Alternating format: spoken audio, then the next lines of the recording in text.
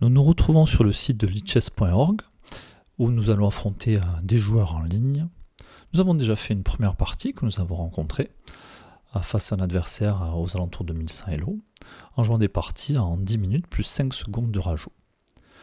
Nous allons essayer d'enchaîner plusieurs parties pour grimper petit à petit jusqu'aux alentours de 2500 Elo et voir si avec une stratégie assez simple qui consiste à contrôler le centre, mettre le roi à l'abri et repérer les erreurs de l'adversaire, si ça suffit, sans connaissance théorique, tout simplement pour atteindre un niveau tout à fait correct aux échecs.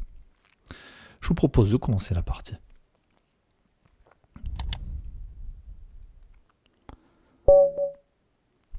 Alors, nous avons les pièces noires, une nouvelle fois, et nous jouons contre Harris 2011.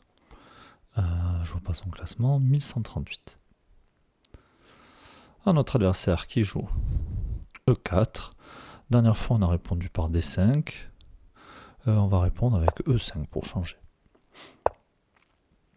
Notre adversaire qui développe son cavalier menace notre pion. On peut le défendre avec un pion ou en sortant un cavalier. Bon, on aime bien l'idée de développer une pièce. Notre adversaire qui va nous prendre le cavalier. Alors souvent, c'est à ce niveau-là, en fait, l'adversaire nous prend le cavalier, on reprend du pion, et ensuite il prend notre pion au niveau du centre, notre adversaire pensant qu'il va gagner un pion. Alors on va voir s'il fait ça. C'est un coup qu'on voit à ce niveau-là. Maintenant que son pion est défendu, sa tactique, on va dire, qui consiste à manger mon cavalier pour pouvoir manger le pion fonctionne. Donc là, je vais venir défendre mon pion. Je vais jouer des coups assez simples. Alors ça m'embête d'enfermer mon fou de case noire. Alors ça, c'est un coup qu'on va voir très souvent à ce niveau-là. Bon, de toute façon, j'ai besoin de trouver une case pour mon fou de case noire. Maintenant que j'ai mis mon pion, je suis gêné. Et de manière assez surprenante, notre adversaire qui échange son fou pour notre cavalier. Peut-être souhaite-t-il aussi faire pareil ici pour nous abîmer la structure de pion. On verra. On met le roi à l'abri. Bon, maintenant il nous reste à trouver un endroit pour notre fou de case blanche. Sortir la dame aussi. Alors, est-ce que j'ai envie de conserver ce cavalier, de le replacer? Et puis on verra que du coup mon adversaire fait pas grand chose sur cette diagonale. Après sûrement que je vais chasser son fou.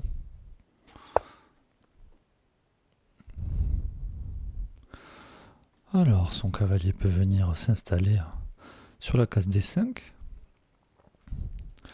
Alors j'ai envie de chasser son fou. Mais est-ce que je dois pas le faire avec C6?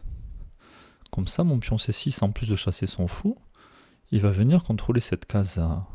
Et moi, je n'aurai pas besoin de laisser mon cavalier. Parce que si je déplace mon cavalier, mon adversaire qui peut venir s'installer sur la case D5 avec son cavalier, qui pourra menacer des choses, prendre mon fou de case noire. Donc ici, je repousse un peu son cavalier, mais surtout ce qui m'intéresse, c'est de contrôler la case D5, pour pas qu'il vienne installer son cavalier. Alors maintenant, il faut que je trouve une case pour mon fou de case blanche. Je pourrais continuer à contrôler par ici. De toute façon, pas beaucoup de choix. Est-ce que ça vaut le coup de sacrifier? Pour le moment, non. Il faut que je me méfie si je veux mettre une tour sur la colonne E. Après, je peux essayer de continuer de chasser son fou, mais il va venir s'installer sur la case B3. Est-ce que ça m'apporte quelque chose? Je sais pas. Bon, je déplace mon cavalier. Au moins, voilà, l'adversaire, s'il avance le pion, il aura du mal à aller quelque part, son pion. Puis au moins, ma dame protège mon fou. Et si jamais je peux replacer mon fou,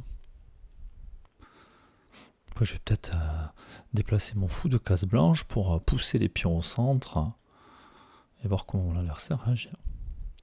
En réalité, mon adversaire a joué assez vite. Moi, bon, forcément, je donne des explications en même temps, mais j'ai déjà consommé beaucoup de temps. Est-ce que je peux pas pousser le pion de suite? Parce que si je pousse, j'ai aussi la dame qui contrôle. Puis j'ai pas peur de perdre mon pion E5. Maintenant, j'ai un fou en cavalier qui le protège. Alors, que va faire notre adversaire ici? Il va replacer son cavalier.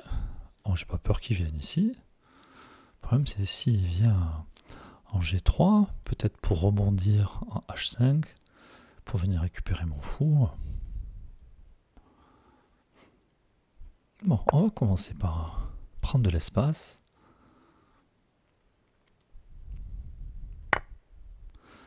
Mon adversaire qui échange sans trop réfléchir. Bon, ben, j'ai les noirs et je me retrouve avec des pions au centre.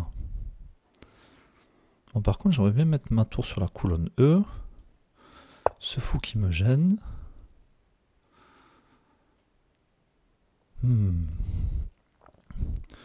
Alors là, j'envisage d'essayer d'enfermer son fou.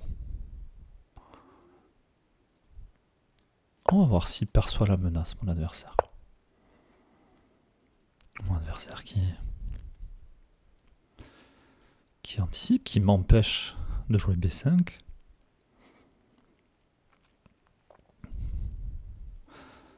Est-ce que j'ai envie d'échanger ici? Non. Par contre, j'ai bien envie de placer ma dame. Alors, je ne vais pas la placer en B6, sinon je ne pourrais pas pousser mon pion B. J'ai aussi ce fou à placer. C'est ce que je vais faire. Bon, j'ai toujours ce fou qui m'embête. Alors, si notre adversaire pousse, ce serait une erreur de sa part.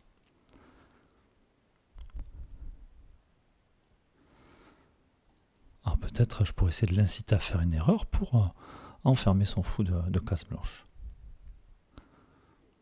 Donc peut-être mettre une tour en face de sa dame.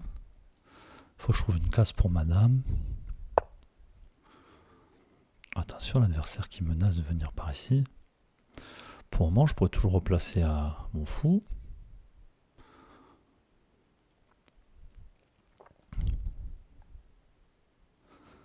Alors je décale ma dame. Faire la place pour la tour. J'ai toujours de la place pour mon fou.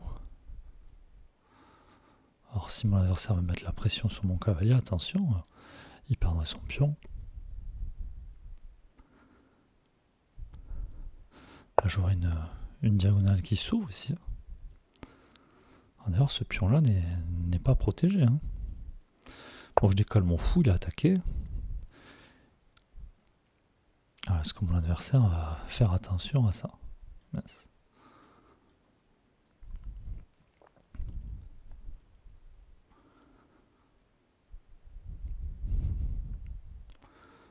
Alors je voulais placer ma tour, mais mon adversaire m'a empêché de le faire. Ok, mon adversaire qui continue de pousser les pions, il est en train de déshabiller son roi. Je vais replacer mon fou de case blanche, créer un vis-à-vis, et puis j'empêche la poussée du pion de mon adversaire.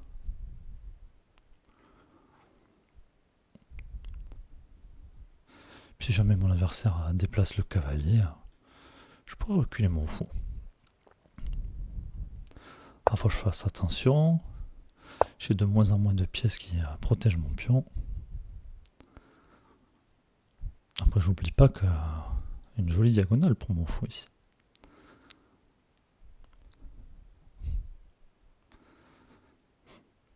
Est-ce que je peux venir amener un... Alors ici, mon adversaire qui protège 2 fois ce pion. Moi, je l'attaque 3 fois.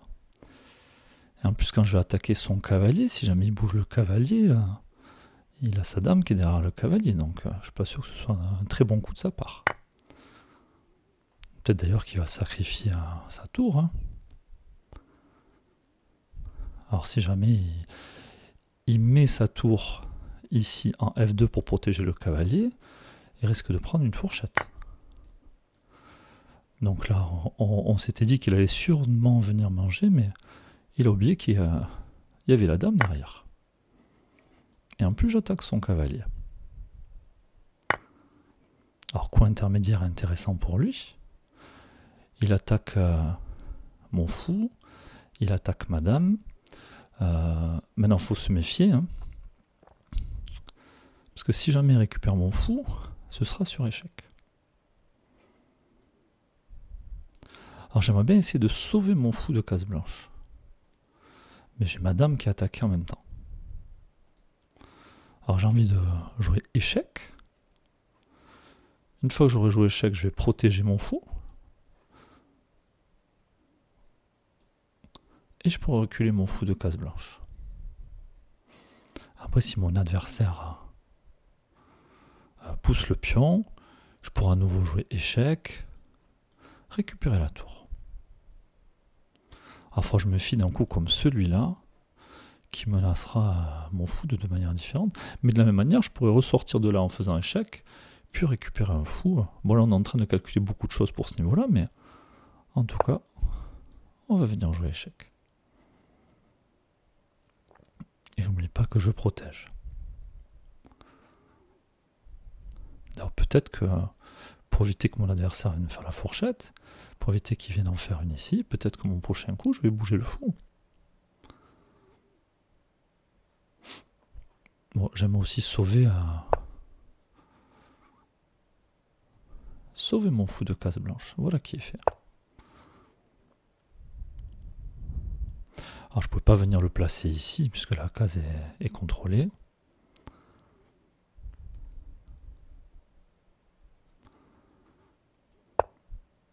Mon adversaire qui pousse le pion, qui attaque ma dame. Alors c'est bien joué, il veut m'obliger à déplacer ma dame pour pouvoir récupérer mon fou. Très bien. Donc je reste à la défense de mon fou. Et si jamais il continue d'agresser ma dame, son cavalier ne sera plus protégé. Après j'ai du matériel d'avance, donc j'ai pas peur de sacrifier des pièces. Bon, je vais peut-être pas sacrifier ma dame pour un cavalier, mais... Alors j'aimerais bien faire jouer ma tour, qui joue pas depuis tout à l'heure. Est-ce que je peux pas provoquer des échanges aussi? Bon, faut que je me méfie, parce que si le fou vient sur la grande diagonale, on pourrait être embêté. À voir que là, on a du mal à se débarrasser de ce cavalier. On n'a plus de pions pour le chasser.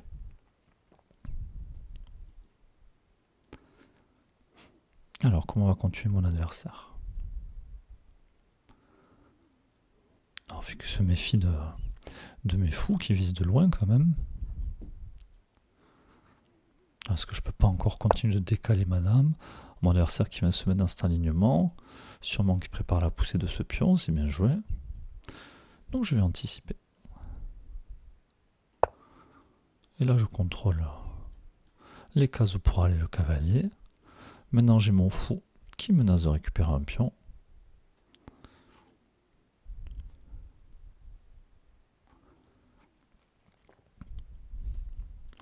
Alors je m'intéresse à un coup comme celui-ci aussi. Mon adversaire qui anticipe, c'est bien joué. Alors comment continuer? Je crois que je vais aller récupérer ce pion, ensuite en même temps je vais attaquer la tour. Alors c'est que si je récupère son pion, mon pion, je risque de perdre ce pion là. Mais bon. Alors attention, si je prends ce pion, c'est-à-dire qu'il va prendre... qui peut reculer avec son cavalier. Bon, je crois que j'ai besoin de replacer mon fou de case blanche. Aller mettre de la pression sur ce pion. Ou alors je peux me dire, tiens, comme je vais perdre ce pion, peut-être que je peux pousser. Ou alors je peux venir défendre mon pion. Mais si je défends mon pion, est-ce que mon adversaire ne va pas pousser? Mais s'il pousse, peut-être que je pourrais reculer, mais si je recule, j'enferme ma tour. Je peux aussi sacrifier ce pion après tout. C'est ce que je vais faire. Je vais laisser mon adversaire prendre ce pion.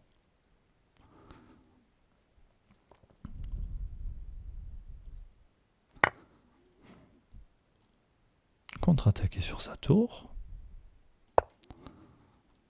En même temps, j'attaque le cavalier. Ça pourrait peut-être me permettre d'échanger des pièces. J'ai aussi mon fou de case blanche qui attaque ce pion.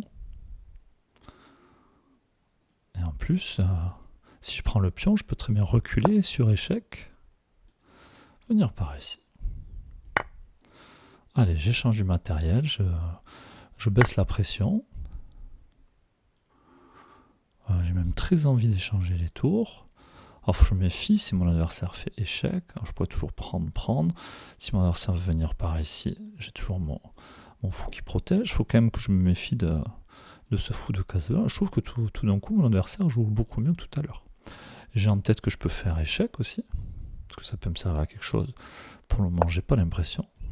En tout cas, si je peux me débarrasser Puis peut-être que je vais me servir du fait de faire échec pour pouvoir emmener l'autre tour.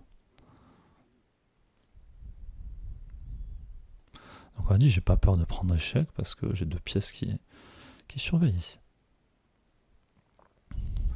Alors il faut que je me méfie aussi du mat du couloir. Hein. Mon roi qui n'a pas de case de sortie. Mon adversaire qui change des pièces.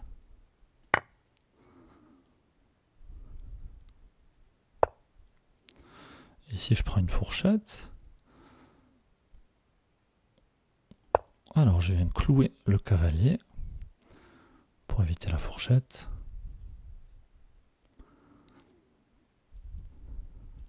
Peut-être mon adversaire pourrait pousser le pion pour voir la diagonale, mais ça me laisserait le temps de prendre le cavalier. Et si l'adversaire déplace son cavalier, de toute façon il peut pas, il est cloué. Je récupère le cavalier sur échec. Un coup intéressant, pas facile à voir ici, hein, de subir la fourchette et en fait de pouvoir clouer son cavalier. Alors maintenant on va éviter... il faut qu'on arrive à éviter les mâts du couloir. Bon, échec. De toute façon, tant que j'ai ma tour qui couvre ici, je crains pas grand chose. Je récupère le pion parce que c'est sur échec. Peut-être que je pourrais récupérer celui-là. Une fois que je récupère ces pions, je pourrais facilement en faire de la place pour mon roi. Échec. Alors je pourrais continuer à faire échec comme ça. Hein. L'idée étant d'essayer de récupérer du matériel sur échec. Alors il faut que je fasse attention. Ça s'est ouvert pour le fou de mon adversaire.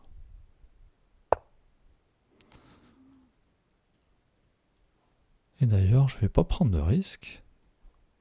Je vais mettre ma tour. Je vais jouer très passif, mais j'ai envie de récupérer ce pion.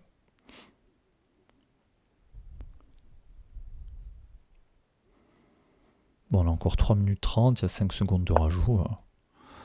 Si notre adversaire qui nous menace, sa menace crée pas grand chose. J'aurais même pu sacrifier la dame.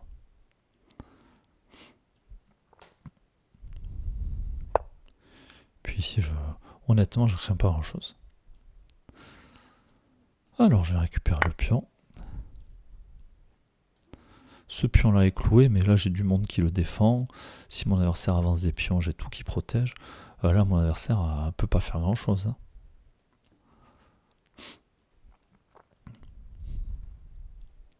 J'envisage même d'avancer mes pions. J'attaque aussi le pion H4. Pardon, le pion B4. Donc mon adversaire qui s'en prend mon fou. Échec. Je vais récupérer le pion. Et puis peut-être que je vais essayer de me débarrasser de ce fou. Hein. Maintenant, ce pion n'est plus protégé, je peux le récupérer aussi. Peut-être que je devrais commencer par ça d'ailleurs. Bon là, la partie est quasiment terminée. Hein. Alors ici, mon adversaire qui se met sur case blanche. Et du coup, sa tour qui est clouée. Est-ce que je la prends de suite? Est-ce que je peux mettre échec d'abord?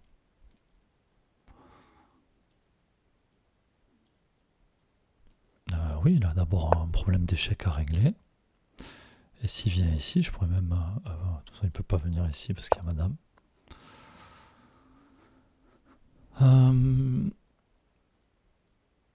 Bon, de toute façon, tout gagne ici. On va essayer d'accélérer. Hein.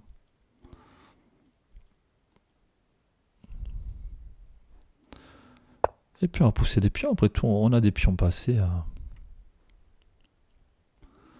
On va essayer de les mener à dame. Et puis à tout moment, de toute façon, on peut sacrifier la dame pour le fou. J'ai encore ma tour qui demande qu'à jouer. Quand je vais sortir mon roi des cases blanches, comme ça, il n'y aura pas de mauvaise surprise. Et là, après, il y a mille et une façons de finir. Ce que je vais faire, je vais ramener ma tour et puis on va essayer de faire un mat du couloir. Ou alors, je vais peut-être même sacrifier la tour. Bon, peu importe ici. L'adversaire qui pourrait abandonner. Vu le temps qui reste au chronomètre. Et bon, on va continuer la partie. Adversaire qui sacrifie son fou. Il n'y a pas de patte, hein, donc aucun souci. Allez, on va faire jouer la tour et la dame ensemble. Et là, il y a mat au prochain coup. Voilà. Notre adversaire qui s'est fait surprendre, pardon. Qui a perdu sa dame. Mais après, il a trouvé des coups intéressants, je trouve. Trouvé pas mal de ressources. Alors, la dernière fois, on a oublié de le faire. On va essayer de trouver où est-ce qu'on peut analyser la partie. Il me semble qu'il y a un endroit spécifique. Je ne sais plus où c'est, on peut demander à l'analyse de l'ordinateur. Voilà. Demander une analyse automatique, ça c'est gratuit sur le site lichess.org et c'est illimité. Alors que sur le site chess.com, vous avez droit juste une fois par jour si vous n'avez pas souscrit à l'abonnement payant. On a un petit résumé de ce qu'on aura fait. Hein.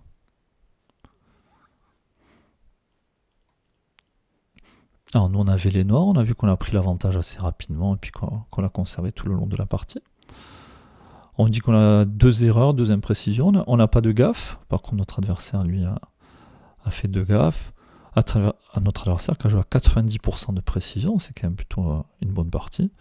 Et nous aux alentours de 95% de précision, voilà, on a joué sans connaissance théorique sur l'ouverture ou autre. C'est plutôt pas mal. Alors, pas d'erreur trouvée pour les noirs. Alors, pour les blancs, donc là, on a retourné l'échiquier. Donc, on voit le jeu mince. Tel que le verrait notre adversaire.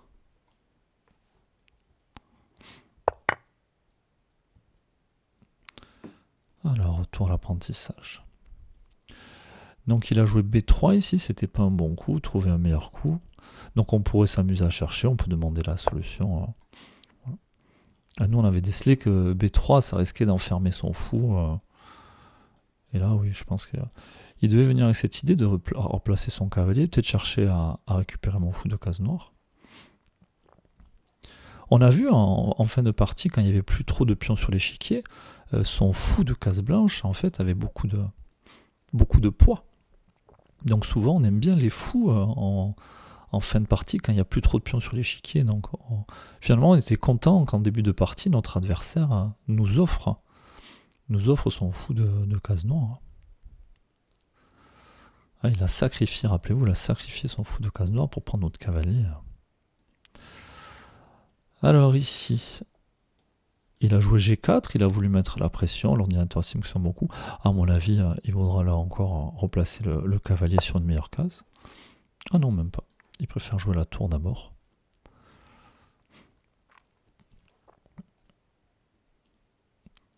Et voilà, bon, c'est là. Je suis pas sûr que ça aurait été mauvais de jouer ainsi.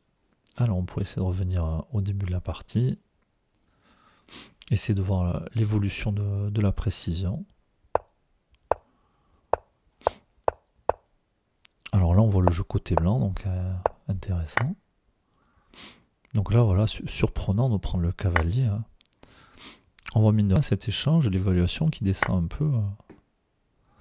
Hein, alors ça fait pas grande différence, mais en tout cas, nous on a été bien contents d'avoir la paire de fous par la suite. Alors à quel moment on voit une grande différence? Alors ici, quand il décide de prendre, comme je dis, on est content en fait d'échanger ce pion parce que nous, du coup, on revient. Et finalement, on a les noirs et on se retrouve avec tous les pions là qui contrôlent le centre. Donc on est bien content. Hein. Et là, au moment où il pousse le pion, j'ai raté un coup comme celui-ci. Ah oui. Effectivement, ici on attaque le cavalier et on a notre fou qui attaque la tour en même temps. Et nous, on a voulu d'abord tenter ce piège-là. Ceci dit, là, on menace d'enfermer son fou, donc c'est au coup d'après où on aurait dû jouer. Donc si c'était pas un mauvais coup pour moi, pardon, de jouer à 6, puisqu'on menaçait l'enfermement du fou. Mais c'est vrai qu'au coup d'après, on aurait dû, hein, pour la découverte sur la tour. Mais c'est vrai que moi, j'avais pas fini de développer mes pièces, je cherchais des cases encore. J'aimais bien ces pions au centre, justement, qui contrôlaient des cases. Et puis ensuite, là, notre roi qui a commencé à déshabiller son roi. Hein. Donc là, on n'a pas joué très précis. Et là, notre adversaire qui continue.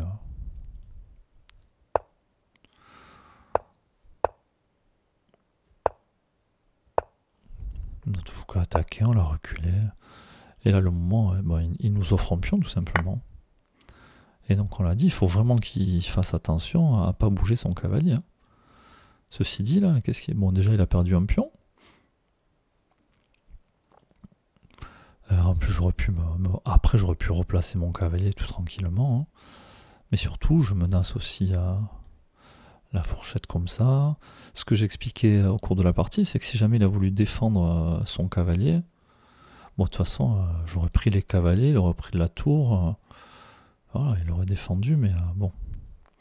Il aurait perdu du matériel. Mais en fait, là-dessus, on aurait aussi pu faire la fourchette. Donc, il n'y a pas vraiment de trop. Je pense qu'il... Pas trop ce qu'il pouvait faire ici. Peut-être bloquer la diagonale. Avec son cavalier protégé par la tour. Mais bon, après, on aurait poussé. S'il avait pris du pion, on aurait remis un pion. Bon, je pense qu'il n'était pas bien. D'ailleurs, on voit l'ordinateur ici, au moment où on prend le pion, on est à moins 8. Hein. Donc ça fait un gros avantage. Mais finalement, c'est peut-être le meilleur coup qu'il a joué. Donc là, il menaçait Notre-Dame. Je trouve que là, il a joué des coups intéressants. Il voulait venir chasser Notre-Dame pour récupérer le fou.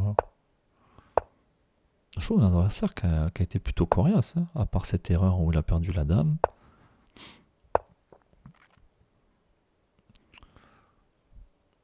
Alors ici, je savais pas, est-ce qu'on pourrait voir...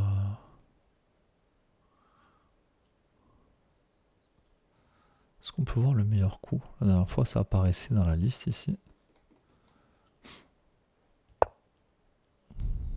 Parce que je dis, moi, c'est pas grave, je sacrifie ce pion, et je me dis, je vais contre-attaquer sur l'autre pion. Mais est-ce qu'il y avait un moyen de le sauver ici? Bon, je sais pas, je vois pas où c'est.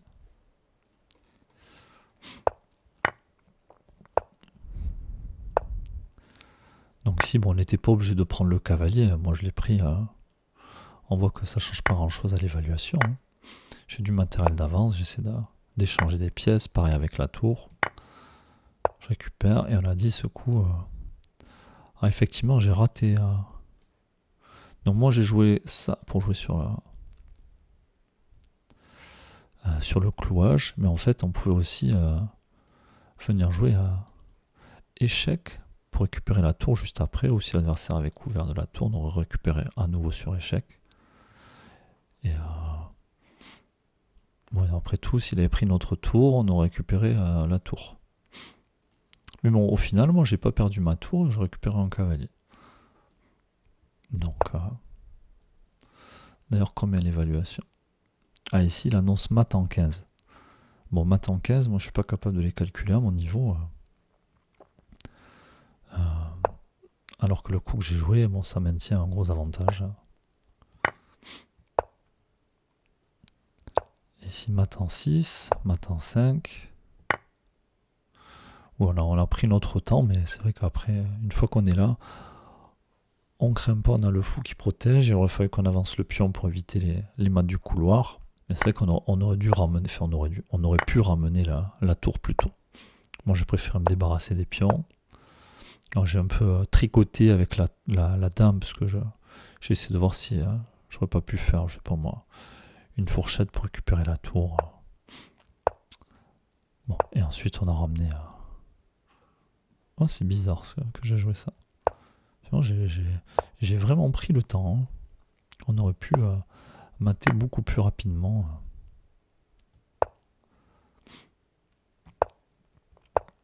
Mais bon, ce qui est bien, ça nous a permis aussi de voir ce coup-là. De voir ce fou qui vient clouer la tour. On a vu, on s'est dit, tiens, si notre adversaire fait une erreur, peut-être qu'on peut même récupérer la tour sans perdre le fou. Bon, j'ai pas joué les meilleurs coups, j'ai pas joué très précis, mais en fait, je tendais des pièges. Et j'ai joué aussi de manière à ce qu'on puisse jouer avec une certaine sécurité, tout simplement. C'est-à-dire, tiens, après tout, il y a des pions qui peuvent être dangereux, il y avait ce fou sur notre diagonale qui clouait le roi. Bon, on a pris un peu le temps, parce que je pense que quand on est aux alentours de ce niveau-là, 1100 Elo, c'est ce qu'on va faire. Hein. On va pas chercher à jouer les meilleurs coups, puis on a la pression du temps qui fait qu'on n'a pas toujours beaucoup de temps pour calculer, justement. Donc des fois, on va jouer plutôt des coups pratiques que les meilleurs coups. Hein, donc de la manière ici, on coupe le roi. Ce coup était inutile. Enfin voilà, on a le roi qui protège le pion, ce pion qui peut pas avancer. Bon, on pouvait ramener la tour de suite. Hein. C'était pas un problème. Même là, ce coup d'avancer le roi, bon, tout ça sert pas à grand chose. Hein. Même là, je reprends le fou, mais en fait, on n'avait même pas besoin de reprendre le fou. Hein. Bon, on a joué des coups simples, et puis après, on a fini de la manière encore plus simple. Voilà pour l'analyse, et puis on se retrouve prochainement donc pour la troisième partie. À bientôt.